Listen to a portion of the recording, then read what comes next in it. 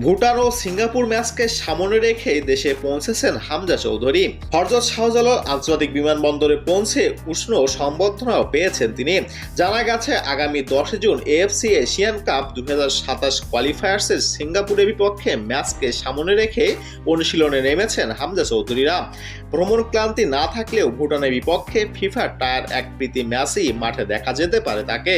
এর আগেই গত 25শে মার্চ ভারতের বিপক্ষে শিলংয়ে বাংলাদেশ দলের জার্সিতে অভিষেক হয় এই ডিফেন্সিভ মিডফিল্ডারের। যদিও দল জায়গা জয় পায়নি, তবুও মাঝ মাঠ থেকে নিজের শক্তি উপস্থাপিত ভালোভাবেই টের পাইয়ে দিয়েছেন হামজা চৌধুরী।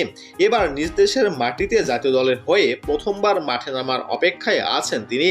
আগামী 10 জুন সিঙ্গাপুরের বিপক্ষে ঢাকা জাতীয় স্টেডিয়ামে খেলবে বাংলাদেশ এবং সিঙ্গাপুর।